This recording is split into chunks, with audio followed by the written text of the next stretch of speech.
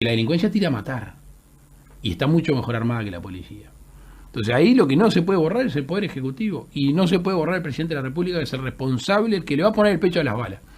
Acerca de tu pregunta que me hace gracia de los procedimientos, me hace gracia porque yo me los he imaginado. Y a mí me gustaría un ministro del Interior que esté muy cercano a la policía, pero muy cercano, que vaya a las comisarías.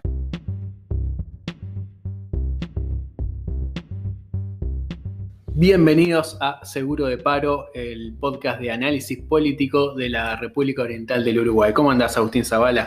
¿Cómo andas, Pintado? Todo muy bien. Una alegría muy importante estar nuevamente viéndote la cara. Perfecto, desde aquí, desde Capurro, como siempre, y volvemos a nuestro formato habitual, después de haber tenido a Pablo Méndez como invitado. Hoy somos dos en esto de analizar en esto una nueva arista importante del gobierno de Luis Lacalle Pou. Exacto, un gobierno que empezó, como todos sabemos, en marzo, con una impronta, un gobierno que llega a ser gobierno o mejor dicho, una oposición que llega a ser gobierno después de tener como un caballito de batalla que es la seguridad y todo lo que tiene que ver con ella. A partir del 1 de marzo empieza un gobierno que se podría llamar un gobierno policial de alguna forma, porque desde la cúpula del gobierno, desde el propio Lacalle Pou, hasta pasando por el ministro Larrañaga, se posicionan desde los primeros policías. El presidente Lacalle Pou siempre dice que él es el primer policía. De hecho, y creo que ya vamos a repasar un poco más cómo se llegó, se fue construyendo ese discurso tan basado en la seguridad, pero que Lacalle Pou mismo incluso apenas ganó las elecciones o incluso antes, pero él ya anunciaba que el 2 de marzo, o sea, el segundo día, su primer día de trabajo en realidad, lo primero que iba a hacer a las 9 de la mañana, lo decía así, era convocar a los jefes policiales, los 19 jefes policiales en la Torre Ejecutiva, y que efectivamente lo hizo.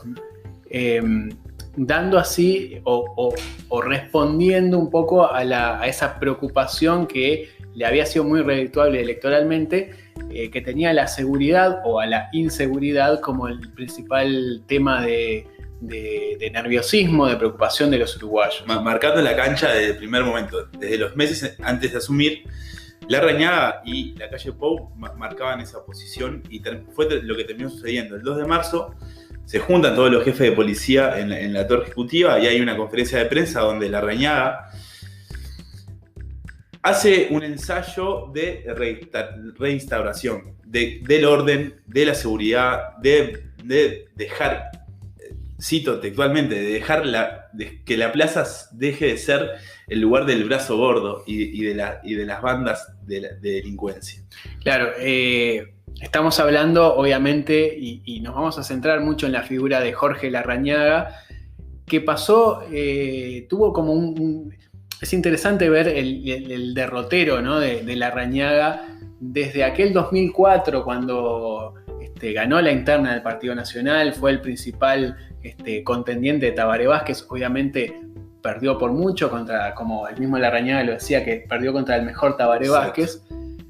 Después siguió siendo obviamente un referente de la oposición, Larrañaga, en los 3 gobiernos del Frente Amplio, pero fue cambiando, fue mutando su perfil político. Pasó de ser como ese líder joven del Partido Nacional con cierto tinte progresista o wilsonista a irse a partir de mediados del gobierno de Mujica, aprovechando un poco la ola de la preocupación por la seguridad hacia un discurso más duro. Uno podría decir que Larrañaga acompañó ese proceso que vivió toda la sociedad uruguaya, ¿no? de aumento de preocupación por los temas vinculados a la seguridad.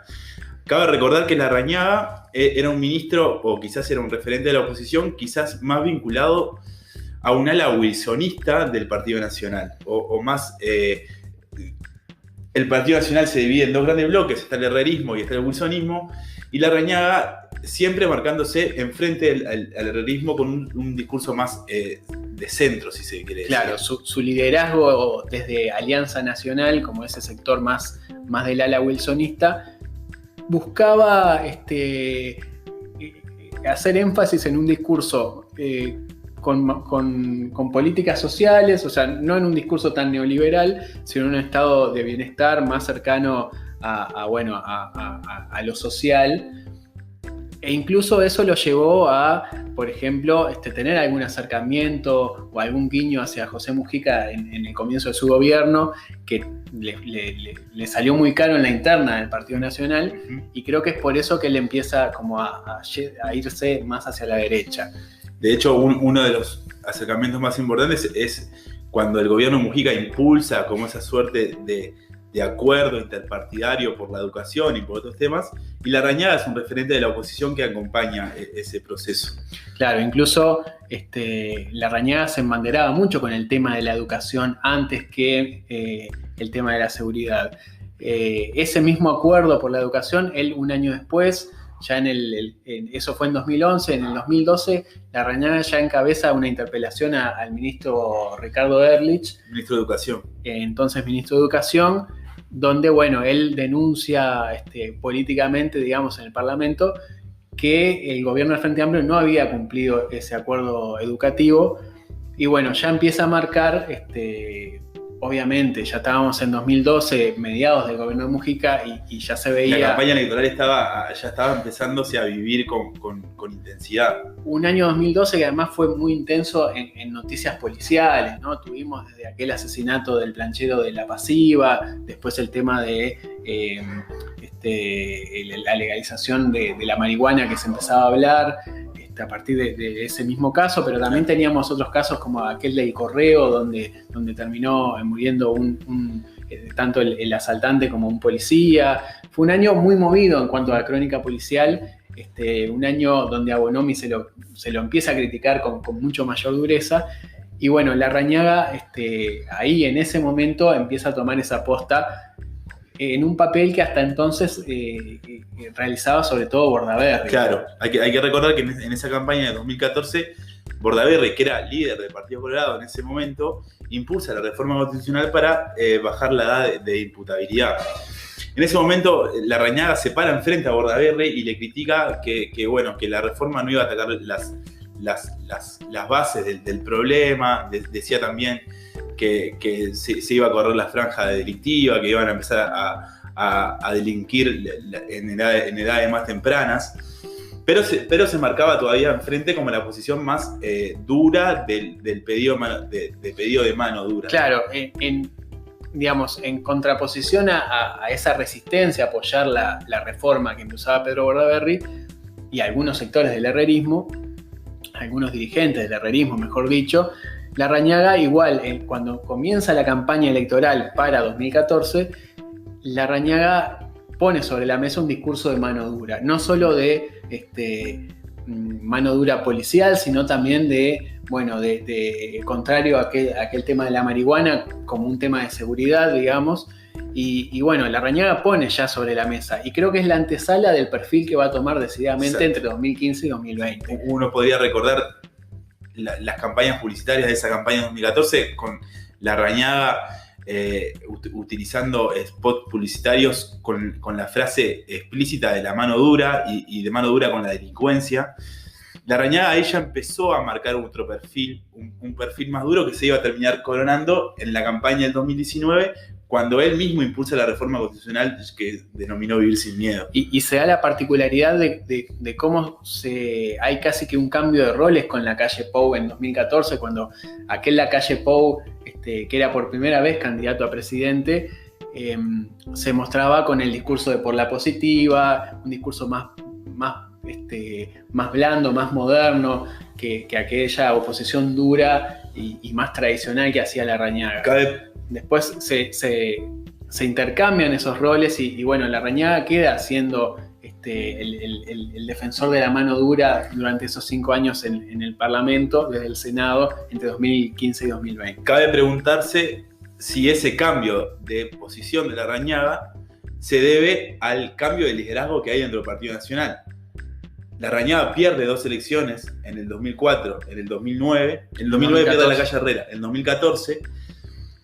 Y Lacalle Pou se posiciona como líder interno del Partido Nacional. cabe preguntarse si ese cambio de liderazgo es el que lleva a Larrañaga a posicionarse más a la derecha, digamos. Creo que, bueno, Larrañaga veía que si quería disputarle, obviamente, a Lacalle Pou el liderazgo efectivamente en las elecciones de 2019, tenía que buscar un discurso cada vez más duro.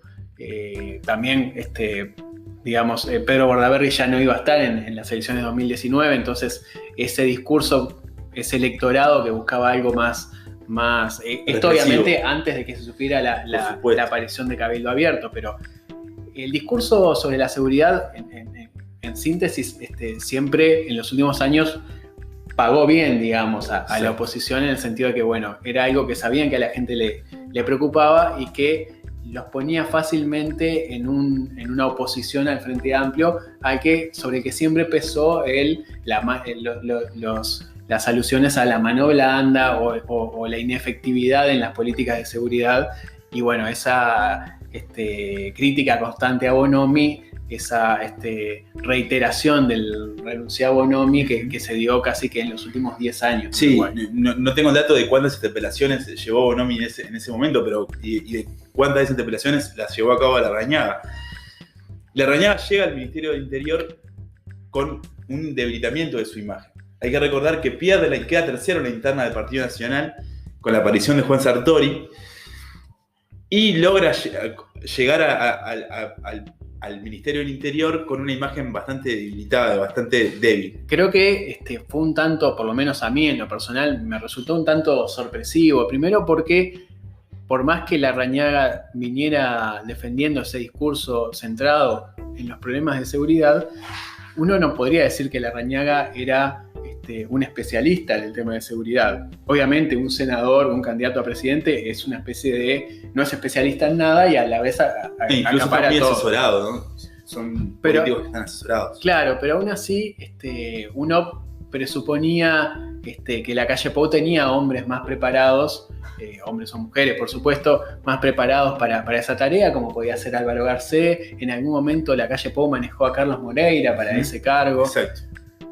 Pero bueno, aparece Larrañaga y bueno, queda como es la manera también de Larrañaga de encolumnarse en una figura importante del gobierno cuando, bueno, su caudal político venía en franco descenso, ¿no?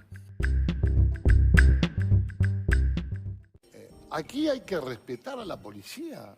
No estamos tratando de reprimir. ¿Alguien puede creer que un efectivo policial tiene el interés, el deseo de reprimir?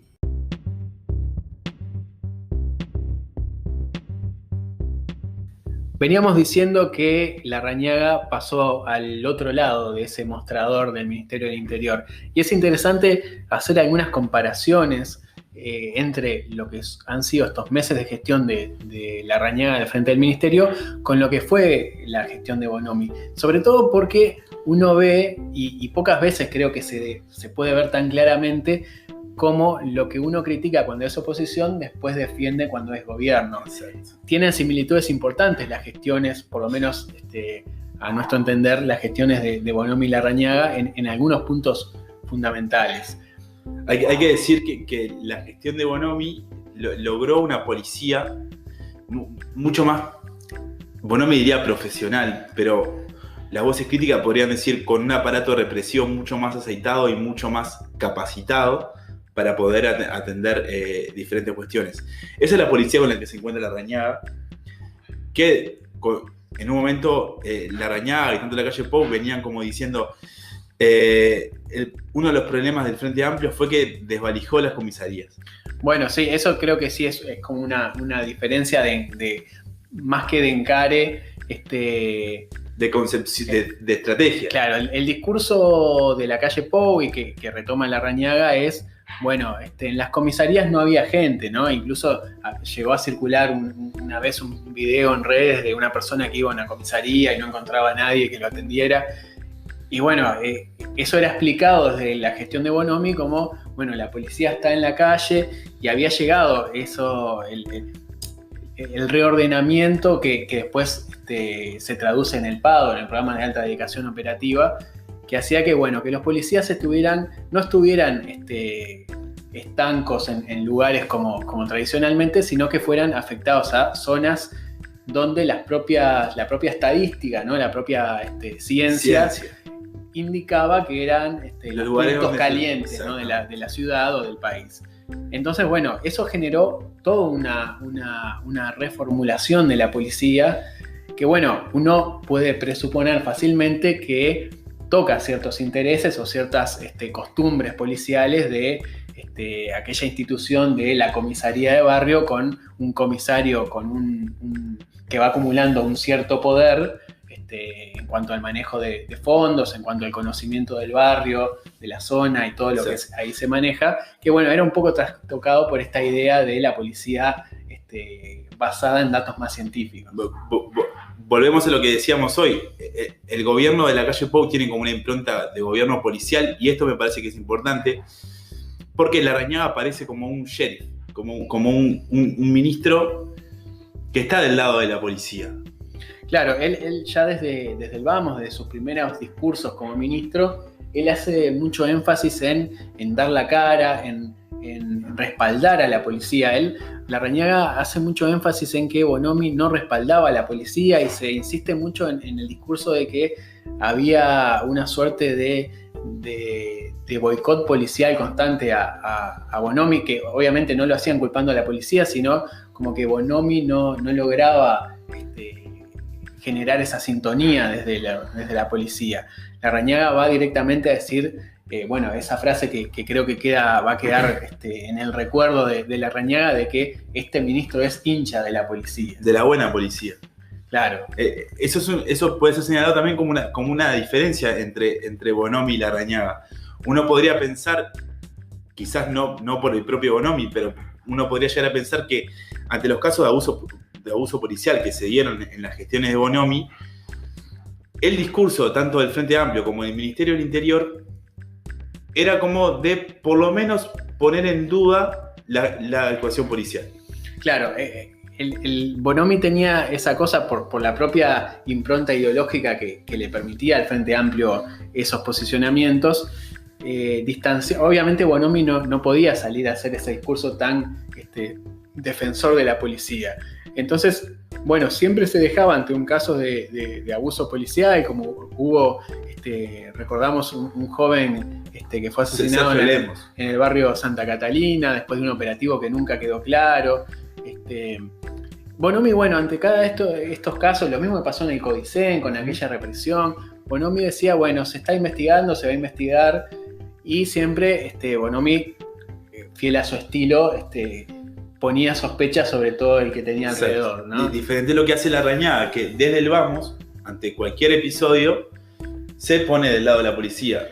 Podríamos recordar el caso de la picana eléctrica, el caso del policía que le termina disparando a un hombre que está con un machete en la avenida Belloni, los últimos episodios en la Plaza Serengni. Larrañaga repite siempre la estrategia de ponerse siempre del lado del policía. Es un discurso que va en consonancia con algunas acciones, ¿no? De las primeras acciones que tomó este gobierno, y creo que era uno de las insignias que tenía la ley de urgente consideración, era respaldar mayormente a la policía en su respuesta en aquello de qué rango de acción tiene la policía ante un hecho, y bueno, si un policía tiene que dispararle a una persona que esté más respaldada por el marco legal, que era algo que a la calle Pou y a Larrañaga les importaba mucho, y creo que entendían que era parte de un discurso que tenía mucho efecto en la población, ¿no? El decir que la policía no tenía las herramientas adecuadas para actuar y que necesitaba de alguna forma un marco legal más benévolo para el policía, a pesar de que pudiera verse como menos garantista para los ciudadanos en general. Pero Larrañaga y Bonomi también tienen coincidencias. Se podría decir en su discurso por ejemplo, de las causas sobre el delito. Es interesante eso. Incluso hay una entrevista que hace poco, en el mes de octubre, dio Bonomi con La República, y en el que él mismo, el propio Bonomi, dice, bueno, cuando yo era ministro, me decían que era una excusa cuando yo decía que los asesinatos, los homicidios subían porque estaban influidos por las políticas, por los procesos que se daban en la región, los procesos criminológicos que se dan en la región. Bonomi dice que Larrañaga mismo decía que eso era una excusa, y sin embargo el propio Larrañaga ensaya un discurso muy similar cuando tiene que explicar la suba de homicidios que se dieron en estos meses. Incluso utilizando frases como los ajustes de cuenta. Cuando Bonomi utilizaba esas expresiones, Larrañaga y todo el arco opositor le machacaban que justamente era una excusa que Bonomi ensayaba para lavarse un poco las manos y echarle la culpa al narcotráfico y a las lógicas propias de esa forma de organización, las causas del delito y los homicidios. Los delincuentes no hicieron cuarentena. Utilizaron tapaboca exclusivamente para ocultar sus rostros en el momento de cometer los delitos. Pero la mejor prueba es que en igual periodo tenemos más personas privadas de libertad nosotros en estos primeros 8 meses que en los primeros 8 meses del año anterior. Entonces, ¿qué actividad delictual hubo y mayor? Así que prueba está los acontecimientos que generó la policía y las actuaciones fiscales.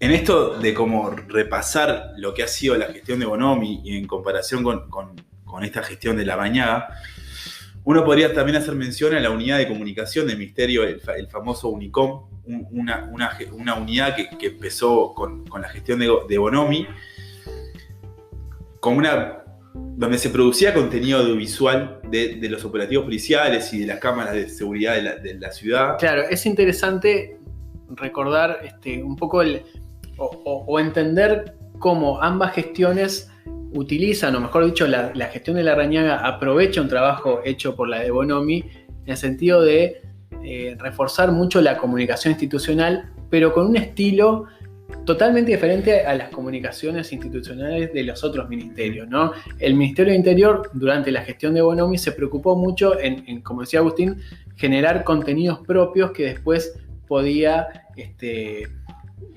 transmitir, divulgar a los medios.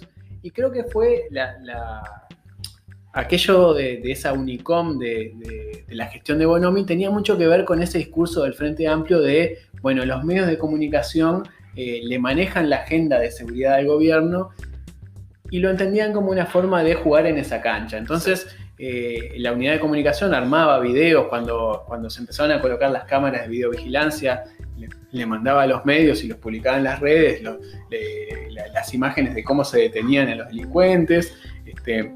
Se llenaba, digamos, esa programación, entre comillas, de Unicom con, bueno, una especie de noticieros propios donde se presentaban casos policiales. O sea, una cosa casi que buscaba emular el discurso o los formatos de los canales de televisión, sobre todo. De hecho, también fue una buena fuente de información o una fuente de información para los medios de comunicación. Todo ese contenido que la unidad generaba, que hay que decir que la unidad no nació en la gestión de Bonomi, sino que viene de la gestión de Daisy Tourné. Es algo que empieza con la gestión del Frente Amplio, al frente de los gobiernos. Pero le da un impulso mayor. Un impulso mucho mayor. Y creo que es clara esa lógica de presentar formatos similares a los de los canales de televisión privados, que eran los que desde la gestión del Frente Amplio se pensaba que manejaban un poco la agenda policial y terminaban teniendo un efecto político importante en la población. Incluso hay más sobre el final de la gestión de Bonomi, como piezas audiovisuales mucho más elaboradas, ¿no? Recuerdo un video que buscaba reclutar personas para la Guardia Republicana. Claro. Para la policía, no recuerdo. Sí, bien. era para sumarse a la carrera policial, y era casi cinematográfico y con un digamos, agrandamiento de la cosa policial que era por lo menos llamativo no solo por los fondos que uno podía presuponer que habían costado esas piezas, sino porque, bueno, era un gobierno de izquierda que prácticamente que enaltecía la labor policial. No digo que esté mal, pero sí llamaba la atención, o por lo menos algunos sectores. Todo eso se refuerza a partir del 1 de marzo con una gestión de la comunicación y de lo simbólico, que hay que decir que este gobierno es muy, muy eficiente en lo que es el manejo de la comunicación y de lo simbólico, con hechos, por ejemplo, con el cambio de ploteo de los patrulleros. Claro, Larrañaga le da en sintonía con ese discurso de, bueno, ahora vamos a mostrarle a la gente, vamos a llevar a la policía más cerca de la gente porque eso no viene pasando. Busca un montón de efectos de imagen muy claros. Uno es ese, como decías, de cambiar el ploteo de la imagen de la policía, de los patrulleros. También está el tema de ese patrullaje en helicóptero, que también tuvo mucho que ver con la pandemia, pero que también aquello del helicóptero es algo que viene de la gestión de Bonomi, que se había utilizado para operativos e incluso se difundían las imágenes de operativos hechos desde el helicóptero. Larrañaga hace de eso casi que un ícono, ¿no? Con fotografías de Larrañaga sobre el helicóptero, que obviamente tuvieron gran potencial de meme después. Pero bueno, también se reiteró esa proliferación de contenidos audiovisuales. Esa generación de contenidos que también utilizaron las cámaras de videovigilancia. Y una difusión del mensaje mucho más abarcativa y intensa. Si recordás, en esas primeras semanas de gobierno, esos primeros 10 días de gobierno de la calle Pou antes de que explotara la pandemia, se dieron varias polémicas sobre operativos policiales, sobre todo que tenían como víctimas o como centro personas en situación de calle. Exacto. Y uno veía que esos operativos estaban permanentemente filmados. Exacto. Por los propios policías. Que queda un poco lejos, pero hay que recordar el episodio donde se muestra, hay una imagen bastante icónica, donde el policía está con un arma larga, apuntándole a creo que era un malabarista en las piedras, o no me acuerdo si en el lugar. Pero también eso que decías, la policía empieza a utilizar como los medios audiovisuales para demostrar qué es lo que termina pasando ahora con el episodio de la Plaza Seregni. La policía divulga un video que supuestamente echa por tierra todas las acusaciones que se le había hecho del uso desmedido, de la fuerza. Es incluso algo, y en esto de buscar coincidencias interesantes entre Larrañaga y Bonomi, algo que había hecho la gestión de Bonomi muy fuertemente cuando fueron los incidentes en el Codicen, en aquella ocupación del Codicen que se dio, si no me equivoco, en 2015. Que después dio lugar a la discusión presupuestaria del 2015. Bonomi en ese momento, al otro día convocan una conferencia de prensa, presentan las imágenes filmadas por los propios policías, un poco con la intención de decir, bueno, acá la filmación muestra que las acusaciones que se hacen a la policía son mentiras. Eso se repitió también, discúlpame, en episodios como las marchas donde se dieron también incidentes como las marchas contra UPM o las marchas más vinculadas como al sector anarquista de la sociedad uruguaya. Sí, un 24 de agosto, si no me equivoco, el día la marcha del filtro, esos eventos que habitualmente terminaban con algún desmán y que tensionaban al Frente Amplio con los sectores más de ultraizquierda, que creo que eran los que le generaban más inconvenientes al Ministerio de Interior de Bonomi en cuanto a la tensión entre represión y abuso policial. Creo que es interesante ver cómo tanto Bonomi como Larrañaga parecieron entender y coincidir en que en la comunicación, en los medios y en las redes sociales se jugaba o se juega una gran parte de el éxito o el fracaso de una gestión de un Ministerio de Interior, por lo menos en el Uruguay de hoy. No alcanza solo con las cifras de delitos, sino con aquello que en su momento Daisy Tourné había puesto sobre la mesa y como tantas cosas que le pasaron a Tourné le terminaron casi que jugando en contra, con aquello de la sensación térmica. O sea, no importa solo la realidad, sino la sensación térmica y que... Hay que hacer y parecer. Claro, que la gente vea que por lo menos en temas de seguridad es muy importante que la gente vea que la policía está haciendo cosas. Cabe preguntarse a 8 o 9 meses de empezado el gobierno, ¿cuál va a ser la duración del Ministerio del Interior comandado por Larrañaga y qué va a pasar de acá adelante? Sí, creo que uno, haciendo un análisis rápido del gabinete de Luis Lacalle Pou, uno puede intuir que Larrañaga, por un montón de factores, puede ser el fusible más fácil de saltar en el gobierno.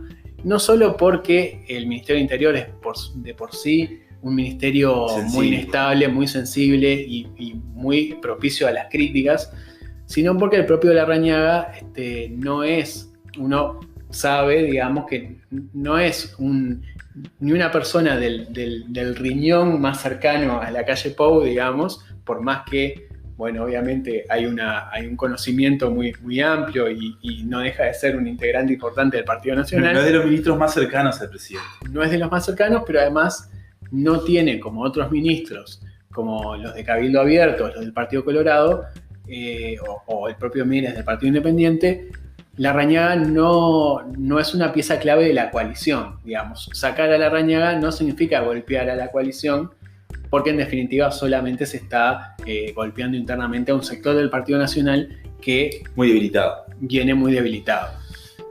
Así llegamos al final de este 5º capítulo de Seguro de Paro. Estamos muy agradecidos, muy contentos de haber llegado hasta acá. No olviden que pueden escucharnos en Spotify y también en YouTube, pueden suscribirse, pueden comentarle a sus amigos, a sus familiares. Por supuesto.